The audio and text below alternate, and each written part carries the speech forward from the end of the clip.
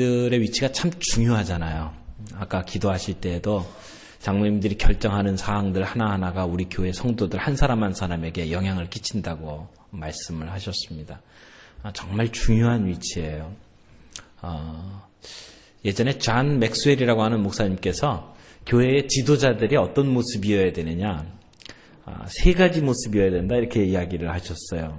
첫 번째가 교회 지도자, 우리 장로님들은 모델이 되어야 된다 이런 이야기를 하신 적이 있어요. 모델. 여러분 모델이 뭔지 아시죠? 말로 들으면 잘 모르는데요. 이렇게 모델로 만들어 놓으면 사람들이 금방 알아요. 그리스도인의 삶이 어떤 것이다. 목사님께서 설명을 많이 하시지만 그게 이렇게 와 닿지 않는 경우들이 참 많이 있잖아요. 근데 그렇게 사는 어떤 분을 보면 사람들은 그냥 따라간다고요. 예전에 육상 선수들이 달리기를 할 때 1마일을 4분 이내에 뛰는 것은 불가능하다고 생각들을 했대요. 사람의 몸을 가지고 어떻게 1마일을 4분 내에 뛰느냐, 말이 안 된다 이렇게 생각을 했었는데, 근데 어느 날 베니스터라고 하는 사람, 로저 베니스터라고 하는 사람이 그 1마일을 4분 이내에 뛰어버린 거예요. 근데 더 놀라운 것은 그때까지 모든 사람들이 다 못한다고 생각을 했었던 그러한 그 일을 로저 베니스터가 그렇게 한번 딱 뛰고 나니까 그 해에 4분 이내에 뛴 사람이 10명이 넘어요. 누군가가 한 사람이 모델로 앞장서면 나머지 사람들이 금방 따라서 한다는 것이죠. 그런 의미에서 우리 장로님들은 그 교회 안에 모든 성도들에게 아름다운 모델이 되어야 된다고 생각을 합니다. 믿음의 모델, 이 세상 속에 살아가는 삶의 모델, 아름다운 인격의 모델, 이런 모델들이 된다고 생각을 해요. 제가 우리 목사님과 좀 이야기를 하다 보니까 이 교회 안에 제자훈련이 시작이 되었고 그 제자훈련을 시작하시면서 장로님 반부터 시작을 하셨노라고 그렇게 이야기를 들었습니다. 지금까지 평생토록 신앙생활을 해오신 분들이잖아요. 뭘 또 배우시겠습니까? 그런데 우리 교회 성도들에게 모델이 되기 위해서 먼저 그 자리에 서신 것, 굉장히 귀한 일이라고 생각이 돼요. 그런 면에 있어서 지도자들은 모델이다, 이렇게 말씀을 드릴 수 있을 것 같아요. 또 하나 존 맥스웰 목사님이 교회 지도자들이 되어야 될 모습에 대해서 이야기할 때 두 번째로 이런 이야기를 했어요. 메인스테이가 되어야 한다. 이건 좀 어려운 단어죠. 영어로 메인스테이라고 표현했는데 이게 뭐냐면 그 배의 한 가운데에 높은 깃대가 있잖아요. 근데 이 깃대가 이게 흔들리지 않도록 팽팽하게 매주는 여러 곳에서 잡아당기고 있는 밧줄이 있어요. 그 밧줄을 메인스테이라고 이야기를 합니다.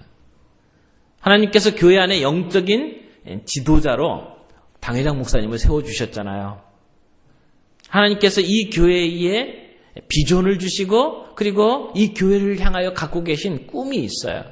그 일을 이루기 위해서 영적 지도자를 세워줬는데 그 영적 지도자가 흔들리지 아니하고 그 하나님의 주신 비전을 이루어 나갈 수 있도록 든든하게 밧줄로 붙잡아주는 역할이 우리 장로님들의 역할이다, 이런 생각을 해보았습니다. 사탄은요, 가장 중요한 사람들을 공격을 합니다. 사탄의 공격 대상 넘버1은 담임 목사예요. 그리고 동시에 함께 일하는 장로님들이라고 생각을 합니다. 근데 목사님과 장로님이 마음이 안 맞는다, 그럼 교회가 제대로 이루어질 수가 없죠. 오늘 한국의 많은 교회들이 이 장로님과 목사님과의 갈등 때문에 무너져가고 있어요. 근데 이 교회에 하나님께서 우리 장로님과 목사님이 한마음 되게 하셔서 아름다운 역사를 이루어가고 있는 것을 봅니다. 감사할 일이죠. 그런 면에 있어서 함께 기도하고 함께 머리를 맞대고 흔들리지 아니하고 그 길을 갈 수 있도록, 또는 다른 세상의 잘못된 풍토에 밀리지 아니하도록 순수함을 지킬 수 있도록 붙잡아주는 것이 우리 장로님들의 역할이다, 이렇게 말씀을 드릴 수가 있을 것 같아요. 마지막 세 번째로 존 맥스웰 목사님이 이야기했던 장로님의 역할은 멘토의 역할이라고 이야기를 합니다. 여러분, 멘토라는 말 들어보셨습니까? 이제 요즘에 많은 사람들이 이야기를 하기 시작을 했는데, 원래 멘토라고 하는 말은 아주 오래전에 있던 사람 이름입니다. 아마 주전 1200년 정도 됐을 거예요. 그리스의 이타이카 왕국의 오디세이라고 하는 왕이 있었는데, 오디세우스가 이제 전쟁을 하러 나갑니다. 트로이 전쟁에 나가게 되는데, 그 전쟁에 나가면서 자기의 아들, 텔레마쿠스라고 하는 아들이 있었는데, 그 아들을 이제 남겨놓고, 그리고 전쟁터에 나가게 되었습니다. 근데 그 당시에 전쟁이라는 게 언제 돌아올지는 모르는 전쟁이잖아요. 실제로 오디세우스가 그 트로이 전쟁에 나갔다가 집까지 돌아오는데 10년이 넘게 걸렸습니다. 그래서 자기 아들을 어떻게 하면 이 왕자로서 이렇게 자기의 대를 이어서 나라를 잘 이끌어갈 수 있을까 고민을 하다가 자기의 친구 중에 믿을 만한 친구를 불렀어요. 그리고는 내가 없는 동안에 네가 아버지가 돼가지고 얘를 좀 길러달라고. 그래서 왕자를 맡겼어요. 그 이후에 그 친구가 아버지처럼 자상하게, 때로는 친구처럼 질문을 던지고 생각하게 만들고 그리고 해보게 만들고 이러면서 왕자로서 다음에 왕의 계승을 이어받을 수 있는 그런 왕으로서 늠름하게 키워놓았습니다. 10년이 넘게 전쟁터를 떠돌다가 아버지가 돌아와서 보니까 아들이 참 멋지게 커 있는 거예요. 그때 그 아들을 가르쳤던 그 친구가 이름이 멘토였습니다. 그래서 누군가 한 사람이 다른 사람을 잘 키워주고 양육해주고 세워주는 것을 가리켜서 멘토라고 부르기를 시작을 했다고 그래요. 성경에 보면 참 많은 멘토들이 있죠. 엘리사에게는 엘리야라고 하는 멘토가 있었고요. 사도 바울에게는 바나바라고 하는 멘토가 있었죠. 이런 멘토들이 있어서 그들이 잘 되기를 바라고 격려하고 세워주는 그런 일들 때문에 믿음의 세대가 계속 이어지는 것을 볼 수 있잖아요. 오늘 교회 지도자들이라고 하는 것은 어떤 면에 있어서는 내 다음 세대를 이어갈 수 있는 사람들을 키워가는 사람들이라고 말할 수 있어요. 그 교회가 잘 되냐 안 되냐는 사실은 그 다음 세대를 보면 알아요.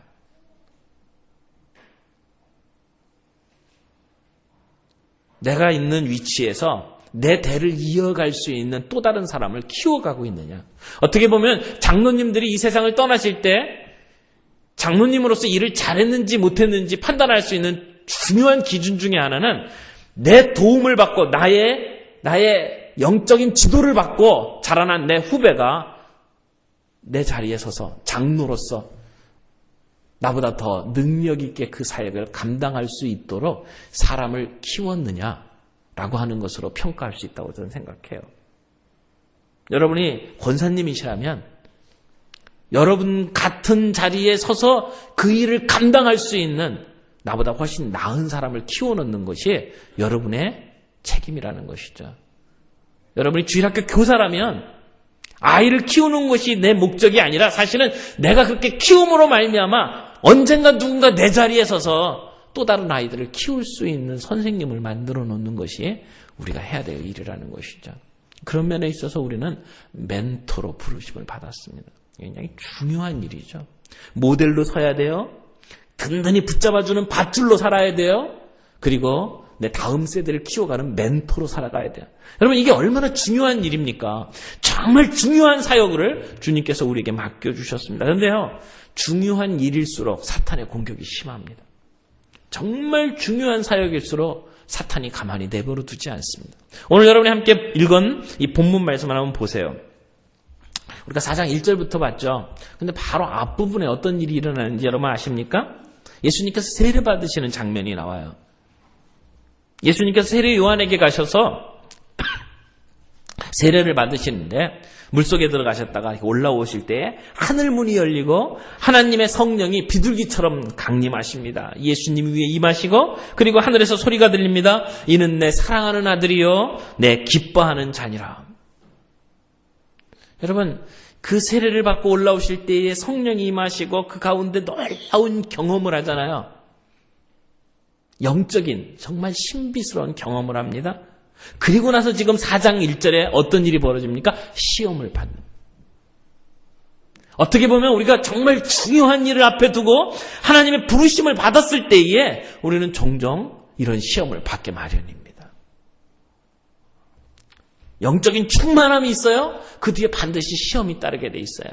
그리고 그 시험을 이기고 승리할 때 하나님께서 우리에게 맡겨주신 사역을 감당할 수 있는 능력을 주시는 것을 보게 돼요. 이게 패턴이에요.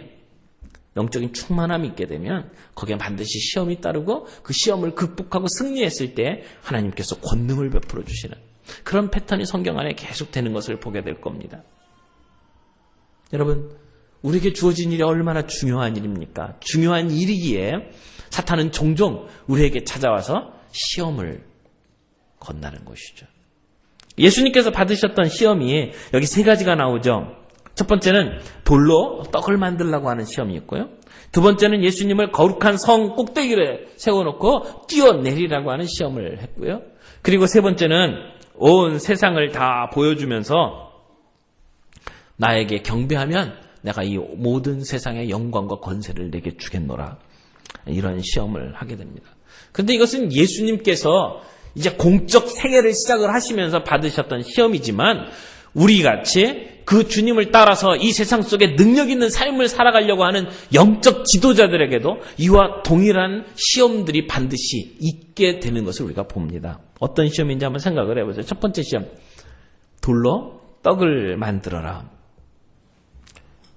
40일 동안 금식을 하셨기 때문에요. 지금 굶주려 계시죠. 아마 무척 배가 고프셨을 거예요.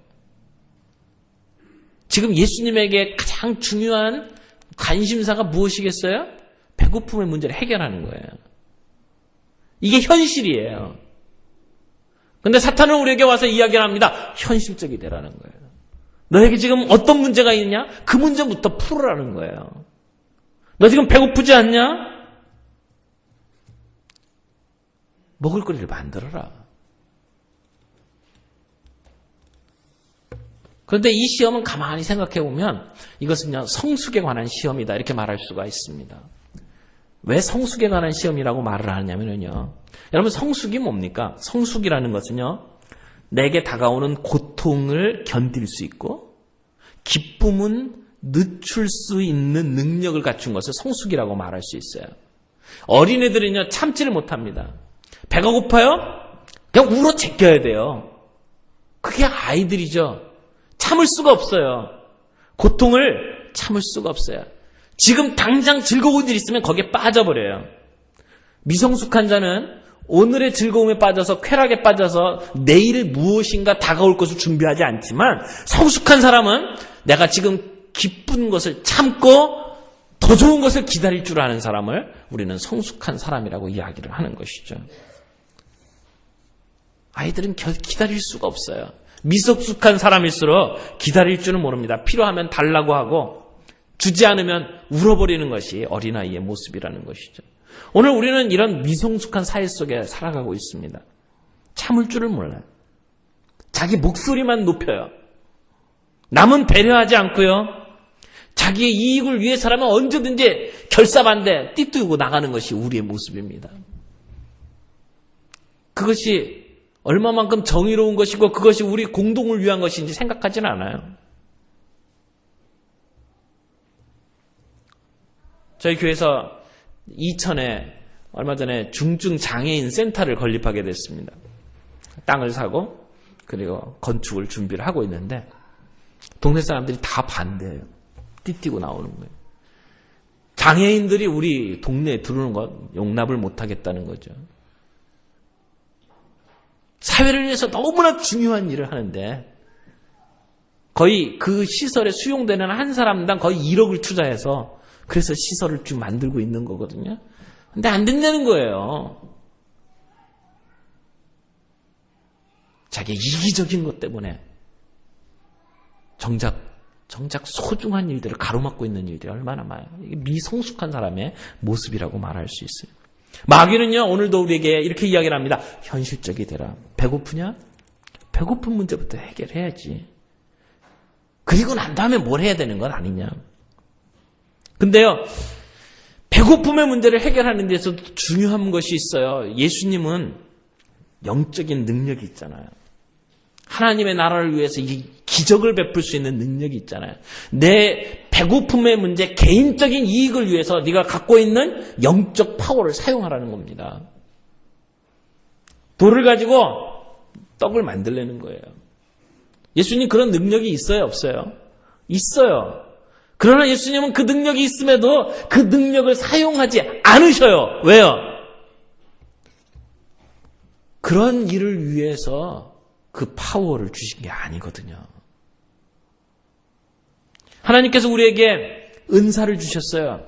하나님께서 우리에게 병 낫도록 하는 은사를 주셨어요. 그러면 그 병 고치는 은사는 어떻게 하라고 주신 거예요? 병을 고쳐서 나에게 이런 파워가 있다는 걸 보여주라는 얘기가 아니에요. 섬기라고 주신 거죠. 봉사하라고 주신 것이죠. 하나님이 나에게 기도하는 은사를 주셨어요. 내가 이런 영적 파워가 있다는 걸 보여주기 위해서가 아니에요. 내가 기도함으로 섬기기 위해서예요. 하나님께서 우리에게 장로의 직분을 주시고 그리고 권사의 직분을 주시고 목사의 직분을 주신 이유가 뭡니까? 섬기라고 주신 거잖아요. 사탄이 예수님을 시험한 것은요, 현재 배고픔의 문제를 해결하는데 기적을 베풀라는 거예요. 내 개인적인 일을 위해서 내 영적인 파워를 사용하면 그것은 미성숙한 모습이라는 거죠. 우리는 그런 유혹을 종종 받게 되어 있습니다. 때때로 내 삶에 어려운 문제가 있을 때, 내 손에 상처가 나고 빈털터리가 되고 그리고 때로는 내가 힘들고 어려운 순간에 빠질 때 우리는 내가 가지고 있는 영적인 파워를 나를 위해서 이기적인 목적으로 사용하게 되는 유혹에 빠질 때가 있다는 것입니다. 그때 우리가 기억해야 될 것이 무엇입니까? 우리가 의지해야 될 것은 하나님이라는 거예요. 내가 가지고 있는 파워를 갖고 사용하는 게 아니라는 것이죠. 이런 말 있죠? 하늘은 스스로 돕는 자를 돕는다. 어떤 사람은 그게 성경 말씀이라고 생각하더라고요. 하늘은 스스로 돕는 자를 돕는다는 말은 성경에 없어요. 여러분, 하나님께서는요, 하나님을 의지하고 의뢰하는 자를 돕습니다. 나 스스로 돕는 자가 아니에요. 내가 가지고 있는 파워를 가지고 내게 주어진 어떤 권한을 가지고 나를 위해서 쓰는 자가 아니라 하나님을 의지하고 나아가는 자. 그러면 어떻게 하면 이런 유혹에서 우리가 승리할 수 있습니까? 이 돌을 떡으로 만들어라, 빵으로 만들어라고 하는 이 사탄의 유혹 앞에 예수님께서는 뭐라고 대답하셨습니까? 4절에 보니까 예수께서 대답하여 이르시되 기록되었을 때 사람이 떡으로만 살 것이 아니요 하나님의 입으로 나오는 모든 말씀으로 살 것이니라. 하나님의 말씀으로 살 것이니라. 하나님의 말씀만이 우리가 이런 유혹에서 승리할 수 있는 비결임을 우리는 알 수 있습니다. 하나님의 말씀. 우리가 먹고 사는 것, 빵으로 하는 것이 아니라는 겁니다. 하나님의 말씀으로 사는 것이라고 이야기하죠. 여러분, 하나님의 말씀을 얼마나 드시고 계십니까?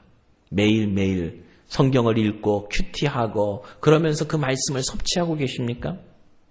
그냥 단순히 창세기, 출애굽기, 레위기 어떤 그 성경의 지식을 머릿속에 넣는 게 아니라 하나님의 말씀을 읽고 그 말씀이 나를 변화시켜가는, 그 말씀을 통해서 하나님의 뜻을 깨닫고 그 말씀 앞에 내가 순종함으로 말미암아 내게 변화가 일어나는 일들이 있을 때 우리는 이런 사탄의 유혹에서 벗어날 수 있다라고 하는 것입니다.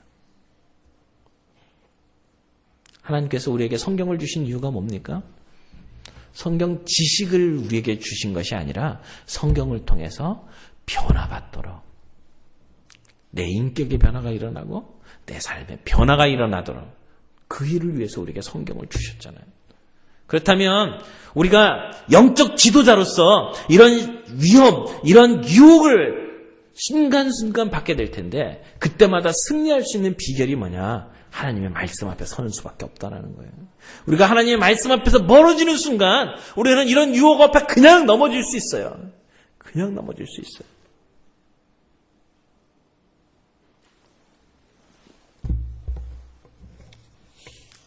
여러분, 두 번째 유혹을 한번 볼까요? 두 번째 유혹은요, 높은 성전 꼭대기로 올라가서 첨탑 끝에 가서 거기서 뛰어내리라는 겁니다.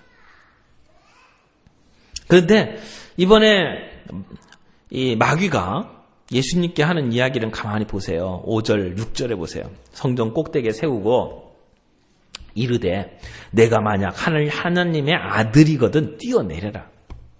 그리고는 성경 말씀을 인용을 해요. 기록되었으되 그가 너를 위하여 그의 사자들을 명하시리니 그들이 손으로 너를 받들어 발이 돌에 부딪히지 않게 하시리로다. 이 성경 말씀을 인용하고 있는 모습을 보세요. 마귀도요, 성경을 인용하고 있어요. 잘못 인용하는 거죠. 꼬아서 인용하는 거죠. 왜곡되게 성경을 사용하고 있는 거죠. 63빌딩 꼭대기로 올라가가지고 뛰어내리라는 거예요. 성경에 네가 뛰어내려도 천사가 내 발이 돌에 부딪히지 않도록 너를 보호해줄 거다. 그러니까 믿음을 갖고 뛰어내려라. 지금 그렇게 이야기를 하고 있는 거죠. 어떻게 보면 그럴싸한 내용이에요. 믿음이 있다면 정말 그렇게 해야 되겠다고 그렇게 생각할지도 몰라요. 근데요, 이 밑바닥 속에는 어떤 유혹이 들어가 있냐면 사실은요, 많은 사람들이 보는 앞에서 정말 인기를 얻을 수 있는, 사람들에게 정말 유명세를 탈 수 있는 그런 어떤 일을 하라는 거예요. 종종 우리는요, 사람들 앞에 내 이름을 내고 싶은 그러한 유혹에 빠질 때가 있습니다. 정말 많은 사람들이 막 박수를 쳐주고 열렬히 환호를 보여줄 수 있는 그런 어떤 일들을 해보라고 하는 유혹을 사탄이 우리에게 하고 있는 것입니다. 그래서 너를 한번 증명해 보여라. 근데 예수님은 그 사탄의 마귀의 게임에 넘어가지 않으셨어요. 나를 증명해 보이려고 하지 않았어요. 내가 하나님의 아들이니까 이만큼 할 수 있다. 봐라. 그렇게 보여주지 않으셨어요. 그리고 뭐라고 말씀하셨습니까? 주 너의 하나님을 시험하지 말라. 시험하지 말라. 말씀하셨어요. 여러분, 우리 리더들에게도 이와 동일한 유혹들이 똑같이 오고 있습니다. 유명해지기를 원하고요. 사람들에게 박수 받기를 원해요. 사람들에게 칭찬받기를 원해요. 잠언 27장 21절에 보니까 이런 말씀이 있어요. 잠언 27장 21절에 보니까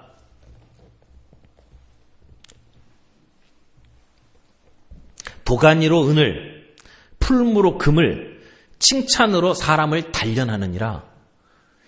여러분, 여기 이 본문이요, 은을 단련시킬 때는 도가니로 단련을 시킨대. 금을 단련시킬 때는 풀무로 단련을 시킨대요. 그런데 사람은 뭘로 단련시킨다고요? 칭찬으로 단련시킨대요. 다른 말로 하면은요, 칭찬으로 사람들은 시련을 받는다는 이야기예요. 칭찬이 좋다는 이야기가 아니에요. 칭찬 받으려고 하는 그런 유혹들로 인해서 우리는 점점 계속해서 이렇게 시험을 받고 그리고 그것을 통해서 변화되어 가고 있다라고 하는 이야기죠. 여러분, 어떻게 하면 우리가 이러한 칭찬 받으려고 하는 유혹에서 벗어날 수가 있습니까? 어떻게 하면 우리가 유명세를 타려고 하는 그 유혹에서 벗어날 수가 있습니까?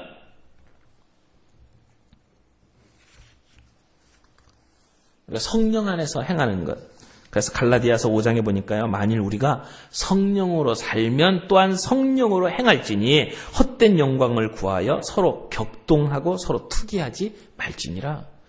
투기하지 않는, 서로 격동하지 않는 그러한 삶을 살려면 어떻게 된다고요? 성령님께 의존하면서 성령님의 뜻대로 행해야 된다는 것이죠. 이 본문을 가지고 말씀을 전했던 그 분 중에 헨리 나우엔이라고 하는 분이 있어요. 영성에 있어서 아주 유명한 분이잖아요.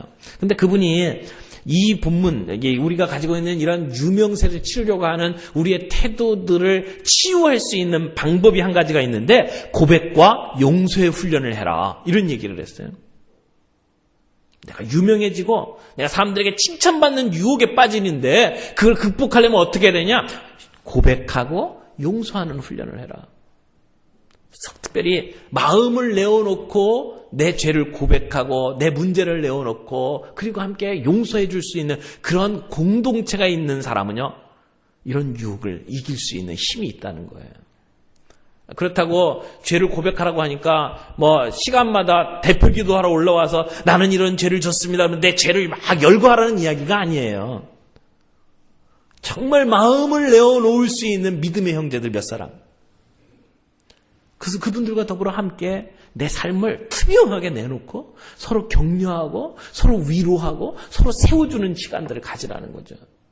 여러분, 미국에 유명한 그 설교자들이 있어요. TV 설교자들. 막 인기를 무지무지하게 얻었던 사람들이에요. 그런데요, 그 사람들이 다 무너졌어요. 어떤 사람은 돈에 무너지고 어떤 사람은 창녀촌에 가서 무너지고 다 무너졌어요. 이유가 뭔지 아세요? 나 혼자밖에 없었어요. 옆에 함께 내가 이런 아픔이 있고 내가 이런 고민이 있고 내가 이런 유혹이 있다 함께 내어놓고 기도할 수 있는 동지가 없었어요.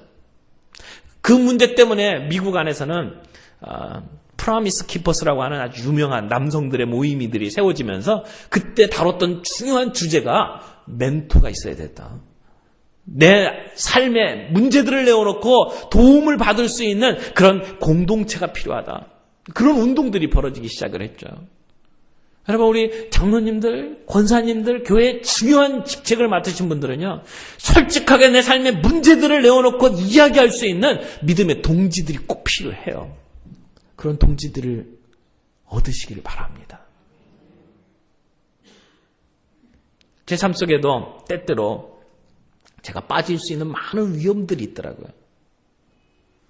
때때로 나도 모르게 편한 길을 가기를 원하고 때때로 나도 모르게 좀 더 쉬운 길을 찾으러 가려고 하는 경우들이 있어요.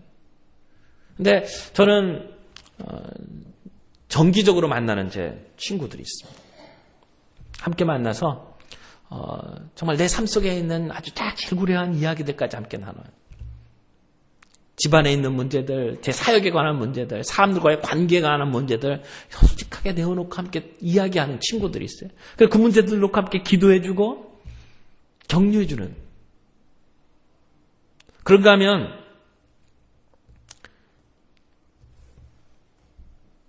저를 지금까지 이끌어주셨던 멘토들이 있잖아요. 제 삶에 정말 힘들고 답답한 일이 있고 어떻게 해야 될지 모르면 그분들과 의논을 해요. 근데 그런 멘토들이 있는 사람하고요, 의논할 대상이 없이 혼자서 고민하는 사람은 삶의 질이 달라요. 얼마나 똑똑하냐의 문제가 아니에요. 저보다 더 훨씬 똑똑한 사람들이 많이 있음에도 불구하고 삶의 모습들을 가만히 살펴보면 다르더라고요. 왜요? 저를 책임지고 내가 잘못되면 마치 그분의 잘못인 것처럼 생각하고 돌봐주는 멘토들이 있다는 것과 의논할 대상이 없고 나 혼자서 저질러버리면서 살아가는 삶은 다를 수밖에 없다는 거예요. 여러분이 정말 중요한 영적 지도자들이라면 여러분의 아픔, 여러분이 당하고 있는 유혹, 여러분이 가지고 있는 마음속의 그런 생각들을 함께 풀어놓고 그리고 함께 기도하고 함께 세워줄 수 있는 좋은 그런 관계들. 그래서 용서하고 그리고 함께 고백하는 그러한 공동체를 여러분들이 꼭 만드시기를 바랍니다.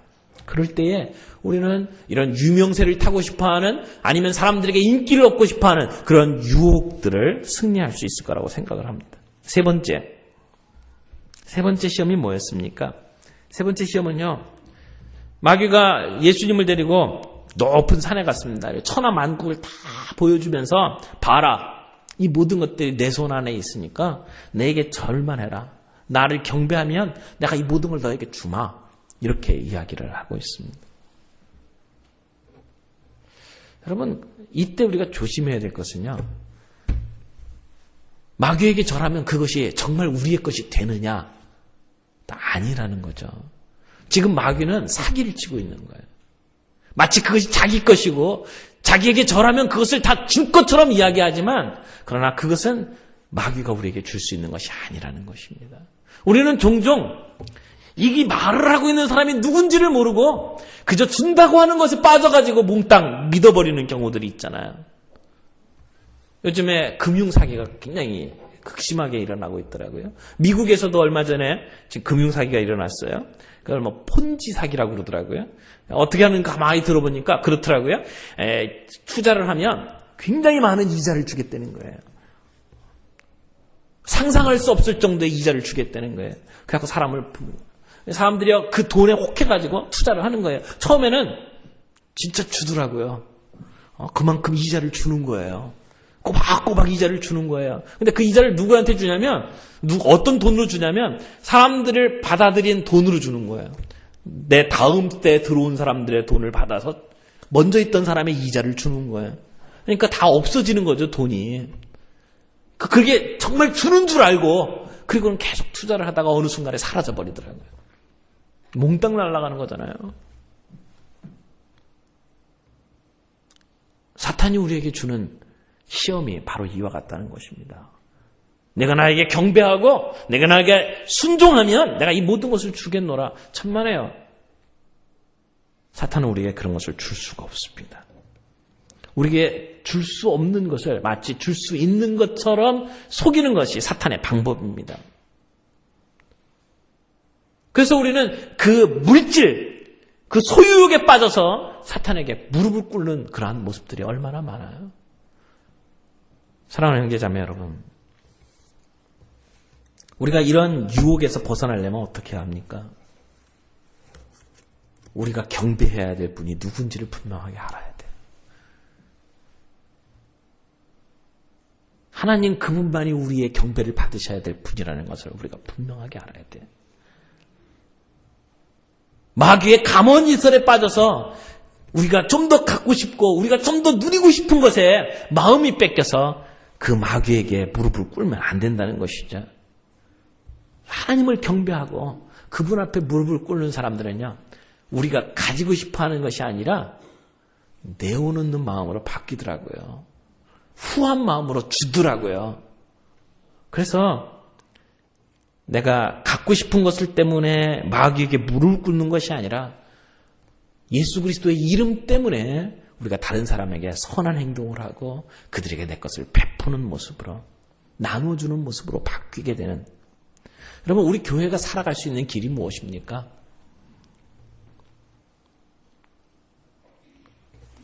우리 교회가 역사적으로 가장 고통받았던 때는 사랑을 베풀어야 될 때에 사랑 대신 힘을 행사했던 때예요. 십자가를 생각하며 무릎을 꿇어야 될 때 왕권을 휘둘렀던 때가 가장 흑암의 시기였어요. 우리가 하나님의 인도함을 받아야 되는데 인도함을 받기보다는 내가 인도하려고 하는 유혹에 빠질 때 우리 교회는 어둠의 자리에 들어서고 말았습니다. 오늘 주님께서 우리들에게 주시는 이 메시지를 꼭 기억을 해야 된다고 저는 생각해요. 오늘 우리 교회 지도자들이 뭔가 더 누리려고 생각한다면 그럼 우리는 자꾸 마귀 앞에 무릎을 꿇게 될 겁니다. 교회는요, 더 많이 가지고 더 많이 누리도록 만들어진 존재가 아니에요. 우리는 베풀라고 부름받은 존재고 봉사하라고 부름받은 존재입니다. 하나님 앞에 무릎 꿇고 그분을 경배하고 세상 앞에서는 예수 그리스도의 이름으로 우리가 베풀고 나누어주고 섬길 때에 교회는 교회다워질 수 있어요. 그런 의미에서 우리 교회가요, 힘들고 어려운 사람들, 아프고 고통당하는 사람들을 향해서 무엇을 해줄지를 고민하는 교회가 된다고 생각합니다. 오늘 한국 교회가 비난받고 있잖아요. 70년대, 80년대 교회가 굉장히 급성장했어요. 그래서 여의도에서 몇백만이 모이고 숫자적으로 많은 사람들 앞에 교회가 이제는 커졌다. 있는 사람들로 보이기 시작을 해요. 세상 사람들은요, 교회를 가진 자로 분류합니다. 그리고 세상의 관심은요, 싸움이 붙으면은요, 강자 편 안 들어요. 약자 편을 들어요. 그들이 옳으냐, 그들이 잘못됐냐, 잘했냐, 이것 따지지 않아요. 약한 사람 편에 들게 되어 있습니다. 교회와 세상과의 문제에서 어떤 갈등이 생기잖아요. 그러면 세상은 누구 편 드는지 아세요? 교회 편 절대 들지 않습니다. 약한 자 편을 들게 되어 있어요. 오늘 교회가 이 세상 속에 이미지를 바꿔놓으려면, 교회를 바라보는 그들의 그 생각 자체를 바꿔놓으려면 교회가 약한 자들 편에 서야 돼요. 그들을 끌어안고 그들의 고통을 교회가 우리의 것으로 만들 수밖에 없어요. 그럴 때 우리를 바라보는 세상의 시선이 바뀔 것이고, 그리고 우리를 향해서 가지고 있는 그런 적의감들을 내려놓을 수 있을 거라고 저는 생각을 합니다. 오늘 교회 지도자들이 이 세상 속에서 이런 유혹들 앞에서 어떻게 승리해야 될지 우리는 다시 한번 마음을 다잡아야 될 거라고 생각을 합니다. 첫 번째 유혹이 뭐였다고요?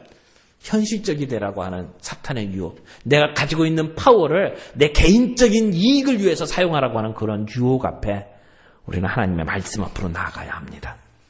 그래서 그 말씀이 내 삶 속에 구체적으로 실천될 수 있도록 하나님의 뜻이 무엇인지 바라보고 그 말씀대로 순종하며 살아갈 때에 우리는 이런 현실적이 되라고 하는 마귀의 유혹에서 승리할 수 있을 것입니다.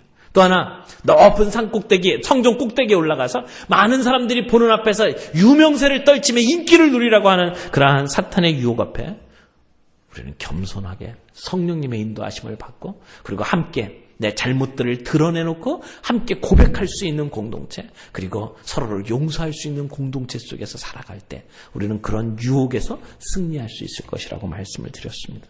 세 번째는요, 높은 산에 올라가서 온 세상 만국을 다 보여주면서 나에게 절해라. 그러면 이 모든 걸 줄게. 사탄의 유혹 앞에 우리가 어떻게 해야 되느냐. 물질, 그리고 이 세상에 우리가 보다 더 갖고 싶어하는 많은 어떤 그 소유욕을 가지고 우리에게 다가오는 그 사탄의 유혹 앞에서 어떻게 하면 우리가 승리할 수 있느냐. 우리의 예배 대상을 분명하게 결정하고 그분 앞에 나아가 그분이 주시는 능력을 가지고 세상에 예수 그리스도의 이름으로 나누어주고 베풀고 섬길 때에 우리는 그 유혹 앞에서 승리할 수 있을 것입니다. 여러분, 오늘 이 본문 마태복음 4장과 똑같은 본문이요, 누가복음에 나옵니다. 누가복음의 4장에 보면요, 누가복음 4장에 이 본문이 똑같이 나온 다음에 뒷부분이 조금 달라요. 4장 13절을 볼까요? 누가복음 4장 13절.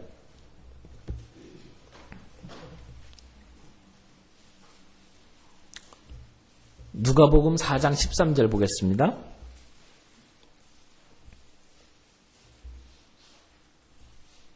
마귀가 모든 시험을 다한 후에 얼마 동안 떠나니라.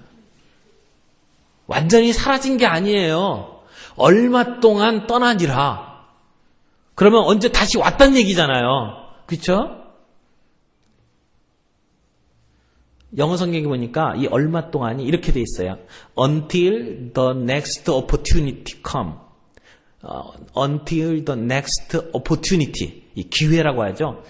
다음 기회가 올 때까지 사탄이 멈게 떠났다는 얘기죠. 여러분, 사탄은요, 종종 우리에게 다가옵니다. 한번 내가 사탄과 싸워서 이겼다고? 마귀와 싸워서 이겼다고? 없어지는 게 아니라는 거예요. 예수님과 그 40일 금식 이후에 전쟁을 벌였고, 그래서 시험에 예수님께서 승리하셨어요. 사탄이 잠시 머문 거죠. 잠시 물러간 거죠. 분명한 것은 이거예요. 시험은 계속된다는 겁니다. 별로 기분이 안 좋은 얘기잖아요. 근데 시험은 계속됩니다. 중간고사 있고요. 기말고사 있고요. 다가오는 것처럼 우리들에게도 종종 우리 교회가 정말 중요한 문제 앞에 섰을 때 성령의 능력을 받고 뭔가 하려고 할 때마다 사탄은 다가올 겁니다. 그리고 우리를 시험할 거예요. 현실적이 되라. 힘들지 않냐. 그냥 주저앉아라.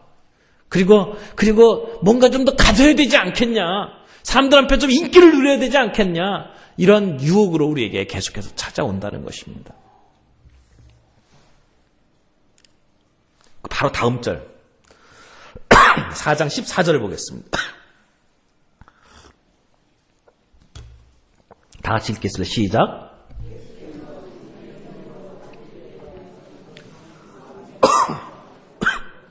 예, 여기 보니까요, 시험이 끝난 다음에 막바로 나오는 단어가 성령의 능력으로.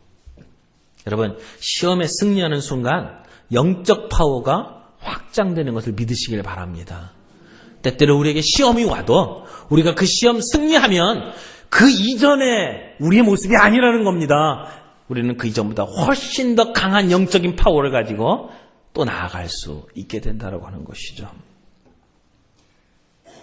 오늘 주님 앞에 헌신 예배를 드리는 우리 장로님들, 우리가 교회를 이끌 때마다, 그리고 우리 교회가 중요한 문제 앞에 놓여질 때마다 우리는 이러한 시험들을 당하게 될 거예요. 그때 시험을 당할 때마다 예수님께서 마귀의 시험을 이기신 것처럼 우리도 승리하기를 바랍니다. 승리를 통해서 다시 더 큰 영적인 능력으로 무장해서 주님의 나라를 위해서 헌신하고 섬길 수 있는 우리 장로님들 되시기를 바라고요. 우리 모든 교우들이 되기를 축원합니다. 우리 같이 기도하겠습니다.